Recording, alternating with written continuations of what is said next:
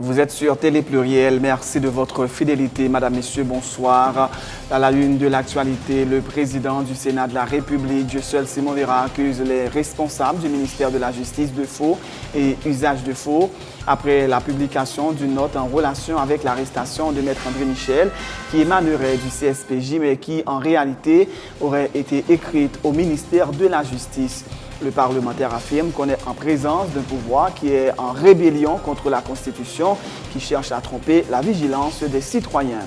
Le sénateur Jean-Baptiste Bien-Aimé confirme avoir secouru Maître André Michel, dont la vie était en danger, après qu'il ait été libéré par un substitut commissaire du gouvernement au lendemain de son arrestation, et ce, à la demande du bâtonnier de l'Ordre des avocats de Port-au-Prince.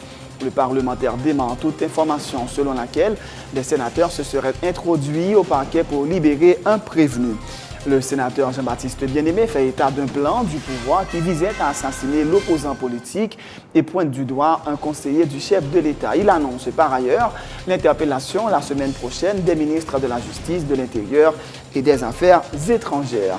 Le mouvement patriotique de l'opposition démocratique s'était donné rendez-vous ce vendredi devant les locaux de Radio Caraïbe pour un sitting de solidarité avec le journaliste Jean-Monard Métellus qui serait en danger de mort selon le ministère de la Justice. Ce sitting a été l'occasion pour les dirigeants du MOPOD de dénoncer les dérives de l'exécutif. La France et l'Allemagne font front commun pour obtenir un accord avec les États-Unis sur les questions du renseignement d'ici la fin de l'année. Une initiative soutenue par les 28 chefs d'État qui ont pris part au sommet européen de Bruxelles. Championnat d'Espagne de football, le premier classico de la saison entre le FC Barcelone et le Real Madrid a lieu ce samedi avec la traditionnelle confrontation entre les stars Messi et Ronaldo, mais également le premier choc entre les recrues Neymar et Gareth Bale. Madame, Messieurs, restez branchés pour le développement de ces titres et de bien d'autres.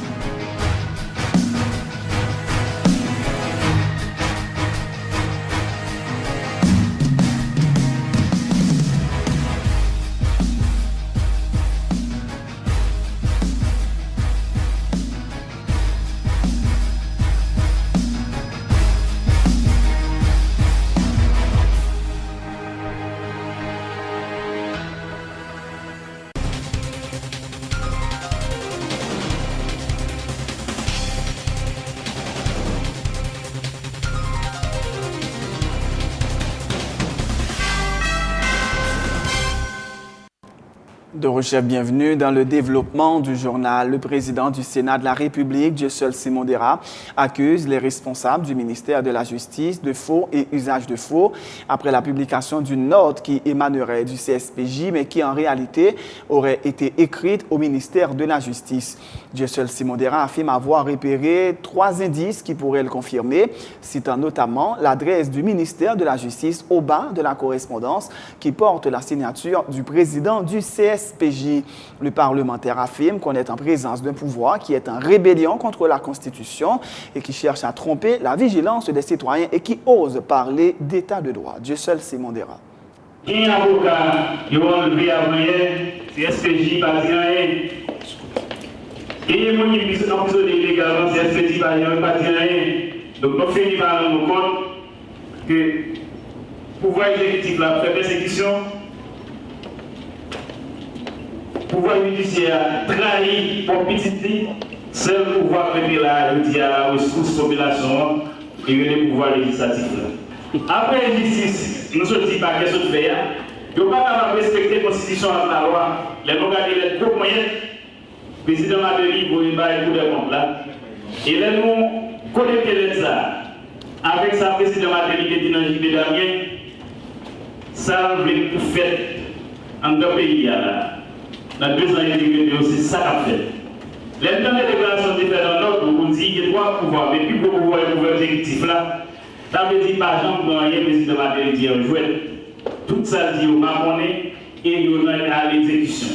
Moi, je voulais attirer l'attention de la presse que depuis hier matin, ils ont employé le ministère de la Justice.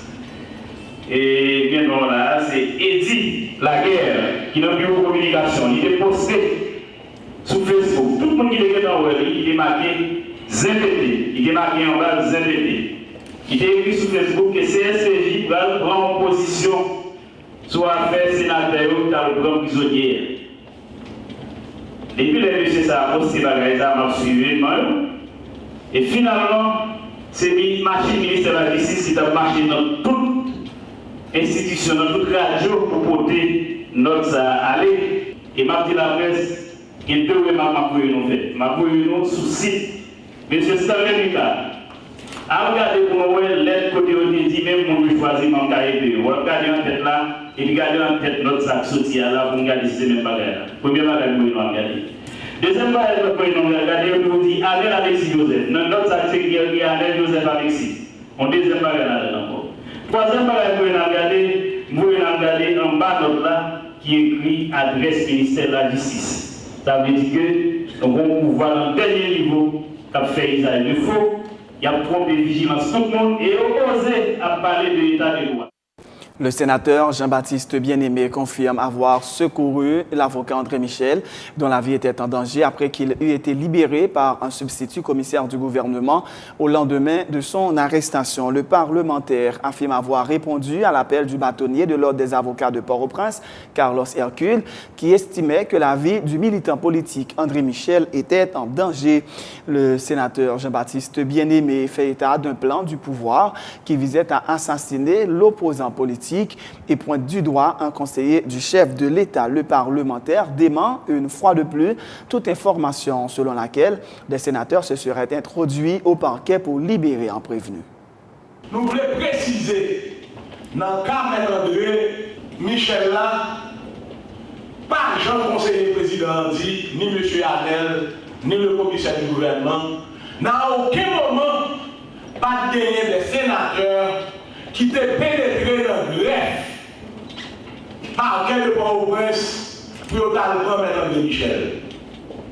Nous te recevoyons appel de bâtonniers qui informaient nous que M. André Michel a été libéré par un substitut commissaire. Le commissaire a même témoigné à travers Vision 2000, étant donné que M. André Michel,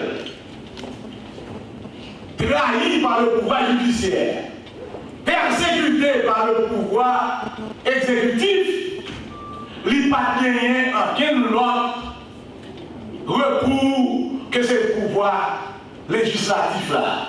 Gagner des informations qui ont circulé, gagner un conseiller du président de la République qui a commandité des bandits pour enlever la vie de M. André Michel.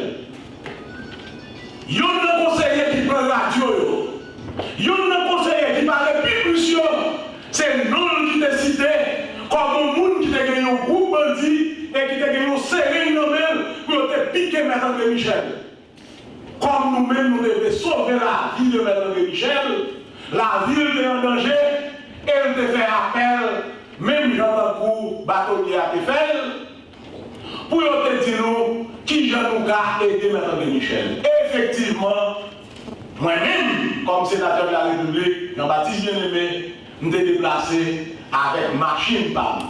Il y a deux autres sénateurs qui t'ont accompagné et ceci, ce n'est pas à volonté personnelle nous, parce que le Sénat est en travail, nous sommes à 8 clos, nous avons un mandat et nous 3 sénateurs sanois à sauver la vie de M. Michel. Nous arrivons dans le bâtonnat, M. André Michel sorti dans le bâtonnat, il monte dans la machine moyenne. Le président de la Chambre des députés, Jean-Tolbert Alexis, dénonce l'attitude du président de la République, Michel Martelly, qui refuse de publier dans le Moniteur les noms des nouveaux juges de la Cour des comptes afin qu'ils puissent entrer en fonction. Il s'agit là d'une violation de la Constitution, stipulant que les juges de la Cour des comptes sont élus par le Sénat de la République. Le chef de l'État n'a aucun droit de s'immiscer dans le processus, dit Jean-Tolbert Alexis. C'est un chef d'État qui agit en dehors de la Constitution, des règles de la démocratie et de l'État de droit qu'il prétend soutenir, a ajouté le vice-président de l'Assemblée nationale. Par rapport à la lettre que le président avait adressée la date du 4 octobre 2013 à Mme Moni Mathieu, je pense qu'il est vraiment important parce que quand on lit la lettre que le président a signée, lui-même adressée à Mme Mathieu, on comprend que le président ne maîtrise pas sur quel régime politique est-ce qu'on est en Haïti. Ce qui est important, on n'est même pas dans un régime parlementaire, on est dans un régime d'assemblée, dans un régime parlementaire. Ça veut dire que le Parlement capable de voir le gouvernement et l'exécutif capable de pouvoir pour anéantir le Parlement. Tandis que dans le Parlement capable d'envoyer le gouvernement sans possibilité de renvoi du Parlement. Mais lors cas des lettres président envoyées, il a fait pour que l'artisan l'État une présidence collégiale en Haïti, pas une présidence collégiale, et côté l'a dit justement, et puis devant, l'a dit Mme Mathieu, vous n'ignorez pas que vos prédécesseurs sont restés près de 20 mois en poste après l'expiration de leur mandat. La demandé qui est le président de la République, où on s'est veillé justement à vraiment institution. Le président va encourager à nous rendre compte, tandis que le mandat, parce que le président va gagner aucun droit pour entrer dans le processus de élection que le Sénat a fait. Parce que les Sénats élus des membres dans le compte, c'est légitimité directe dans le peuple que le passé. Le président n'a pas fait des titres, ce n'est pas comme des juges nommés, c'est des gens qui élus. Mais lors de l'État, contre l'État, le président a dit que j'ai donc décidé en ma qualité de président de la République. Donc en sorte que lui-même, il croit que le président, ça le dit de faire. C'est vraiment très triste. Parce que l'on va regarder qui devant toujours, quand le président dit encore mieux, que le pouvoir par là au-dessus des autres pouvoirs. Un président, comme avait dit le nouveau président d'Haïti, qui ne lit pas qu'à diriger le pays. Un président pas content pour lire, un président pas content pour comprendre la société, il ne peut pas comprendre le pays. Donc, je pense que je dis à le président comprendre, le rôle de Sénat dit que pouvoir par la vie pour pouvoir, il faut comprendre qu'il est borné devant la loi. Et le premier des pouvoirs, c'est le pouvoir législatif qui fait la loi. Et le président, pouvoir exécuter la loi pour exécuter la loi. C'est dans tête pas président, le président, pas la loi pour exécuter. Mais nous-mêmes, dans le président, justement, il est totalement en dehors des règles démocratiques, règles d'état de droit. 3 membres du gouvernement Martelly Lamotte sont dans le collimateur du Sénat de la République en attendant une éventuelle interpellation du Premier ministre Laurent Lamotte. Il s'agit de Maître Jean-Renel Sanon, ministre de la Justice, et de ses collègues Pierre-Richard Casimir et David Basile, respectivement ministres des Affaires étrangères et de l'Intérieur. Si l'on en croit les déclarations du sénateur Jean-Baptiste Bien-Aimé, les ministres Sanon, Casimir et Basile devraient être interpellés la semaine prochaine. Un consensus aurait été en ce sens trouvé au niveau du Grand Corps. Pour ce qui est de la Chambre basse, le député Le Vaillant-Louis-Jeune informe également que les membres de cette Assemblée sont en concertation pour obtenir une majorité de députés prêts à débarrasser le pays du président Michel Martelly qu'il qualifie de dictateur. Leur déclaration. Face à toutes les dérives que le gouvernement a commettre, au niveau du Sénat de la République, nous croyons qu'il est nécessaire pour que nous fassions action. L'action que nous devons faire, c'est l'interpellation du gouvernement. Nous avons cherché harmonisation pour l'interpellation du gouvernement de son ensemble. Mais cependant, nous arrivons devant un consensus pour nous interpeller dès la semaine prochaine. En attendant, 3 ministres du gouvernement. 3 ministres, c'est le ministre de la Justice, Abraham Dissé-Cassé. Le ministre des Affaires étrangères, parce que quand passer dans la diplomatie, nous ne pas quitter, on continue comme ça pour finir avec PIA. Et le 3e ministre là, c'est le ministre de l'Intérieur. En attendant, mais nous continuons la discussion à collègues, nous avons laissé l'idée pour nous que si tout nous avons un consensus pour nous interpeller le Premier ministre parce que la nation n'a pas à souffrir. Dans le niveau de la Chambre des députés, depuis aujourd'hui, nous avons invité la population, aucune pression, organisation de la société civile, pour continuer par là chaque député pour convaincre les nécessités que vous gagnez pour être attachés à la population. Et nous-mêmes, nous avons continué à chercher consensus avec eux pour qu'en janvier, nous ayons 66 députés qui sont nécessaires pour nous débarrasser du pays de dictateurs qui sont Martelly. Merci beaucoup.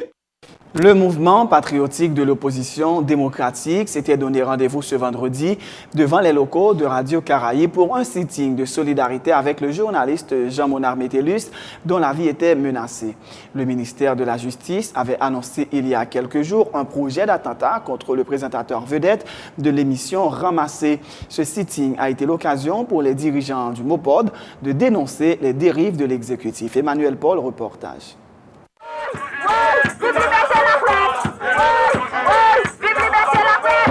Telle est l'ambiance qui régnait ce vendredi devant les locaux de Radio Télé Caraïbe. Un sit-in à l'initiative du mouvement patriotique de l'opposition démocratique en vue de témoigner sa solidarité avec le journaliste Jean-Monard Metellus et d'autres membres de la presse objets de persécution politique. Témoignage d'amitié, de solidarité Premier devoir, son devoir de solidarité entre journalistes. Pour des gens, on a courage, bataille démocratie en son long chemin que lié. Nous t'es déjà vivre démocratie et à chaque fois dictature a tourné. Lui-même là pour nous dire que nous pas d'accord et faut nous mettre un stop à dérive ça. Peuple haïtien payé avec sang acquis démocratique. Je dis à ne pas qu'à quitter au passé en bas pied. Je dis la presse est l'élément fondamental dans la bataille nous. Nous dit bagaille ça nous pas quitter au passé sur silence parce que le bab camarade nous prend du fait faut bab. Des milliers de personnes ont péri pour la conquête des acquis démocratiques. Pas question de retourner avec les vieilles pratiques dictatoriales. On martelé Marie-Denise Claude et Serge Jean-Louis. De 57 jusqu'au 86, même après 86, quand pile haïtien mourit, un pile petit pays a mouru pour démocratie ça. Alors si démocratie ça n'a construit, nous dit non et nous sémenter, nous pas tourner back, nous pas tourner dans la dictature. Nous pas accepter aucun monde vienne tourner pays à cette dictature. C'est pour ça nous là matin en termes symboliques pour nous venir dire nous manifester solidarité avec toute la presse en général et avec Radio Caraïbe, avec tout journaliste. Sur les pancartes, des messages dénonçant les dérives du pouvoir en place. Les protestataires ont exigé la démission du chef de l'État.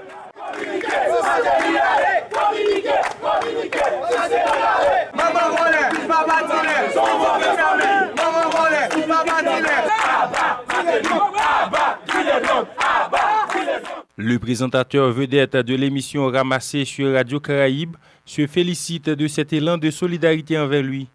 Il promet de continuer à faire preuve de professionnalisme dans le cadre de son travail. Le train a passé à l'heure, on a toujours le courage de le passer à l'heure. Si matin il y a une baguette magique que le café là pour changer bagaille, on dit j'en travaille dans le sens intérêt collectif, intérêt pays pour sortir dans l'égo surdimensionné qu'il est là, sortir dans ça me après les show off que nous allons faire. Eh bien, nous sommes trop contents pour nous applaudir. Et peut-être qu'il y a des gens qui ont dit nous changer quand. Donc c'est autant pour nous dire que nous n'avons pas état d'âme. Ça veut dire que nous prenons micro, nous pas vraiment connaître que alors bon monde pour nous le détruire, etc. Nous juste analyser ça nos événements, phénomènes, réaction, monsieur, attitude par rapport à une série de bagailles, nous avons toujours dénoncé. Le sit-in s'est déroulé sans incident majeur. Des pneus enflammés ont été remarqués dans les parages de Radio Télé Caraïbe. Très peu d'agents de la PNH ont été dépêchés sur les lieux. C'est la fin de ce journal. Juste avant de vous quitter, voici le rappel des titres. Le président du Sénat de la République, Dieu seul Simon Dera, accuse les responsables du ministère de la Justice de faux et usage de faux après la publication d'une note en relation avec l'arrestation de Maître André Michel qui émanerait du CSPJ mais qui en réalité aurait été écrite au ministère de la Justice. Le parlementaire affirme qu'on est en présence d'un pouvoir qui est en rébellion contre la Constitution, qui cherche à tromper la vigilance des citoyens. Le sénateur Jean-Baptiste Bien-Aimé confirme avoir secouru Maître André Michel, dont la vie était en danger après qu'il eût été libéré par un substitut commissaire du gouvernement au lendemain de son arrestation. Et ce, à la demande du bâtonnier de l'Ordre des avocats de Port-au-Prince, Maître Carlos Hercule. Le parlementaire dément toute information selon laquelle les sénateurs se seraient introduits au parquet pour libérer un prévenu. Le sénateur Jean-Baptiste Bien-Aimé fait état d'un plan du pouvoir qui viserait à assassiner l'opposant politique et pointe du doigt un conseiller du chef de l'État. Il annonce par ailleurs l'interpellation la semaine prochaine des ministres de la Justice, de l'Intérieur et des Affaires étrangères.